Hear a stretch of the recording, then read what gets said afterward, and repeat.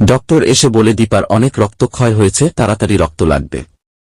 এরপর সূর্য যেতে লাগলে চারু বলে তুমি একা কোথায় যাবে? সাক্ষ্যদীপ বাবু বলে উনি একা নয়, উনার সাথে আমিও আছি, আমিও যাব উনার সাথে। এই পাশ থেকে আরিয়ান বলে আমার অনেক বন্ধু আছে, তারাও ব্লাড ডোনেট করে। আর সেখানে পুলিশ এসে বলে ওটিতে দীপা সেনগুপ্ত নামের একজন মহিলাকে অ্যাটাক করা হয়েছে, আপনারা কি কারো উপর সন্দেহ করেছেন? সূর্য বলে দীপার ক্ষতি একজনই করতে পারে, আর সে হল মিশকা। মিশকা বাহিরে দাঁড়িয়ে মনে মনে ভাবতে থাকে দীপার পান দিয়ে তার মেয়েকে বাঁচিয়ে নিয়েছে ঠিকই, কিন্তু রূপা জানে আমার পরিচয় কাউকে বলতে পারবে না, কারণ সে জানে আমি তার বোন আর তার বাবাকে মেরে ফেলব। কিন্তু দীপা যদি সুস্থ হয়ে যায়? পুলিশ মনে হয় ওখানে চলে এসেছে, পুলিশ আমাকে ধরতে পারবে না, আমি টিস্কা সেজে থাকব।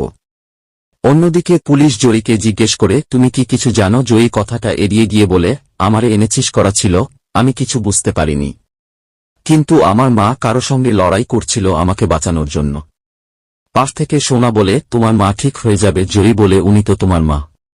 অলি বলে আমার থেকে অনেক বেশি উনি তোমার মা।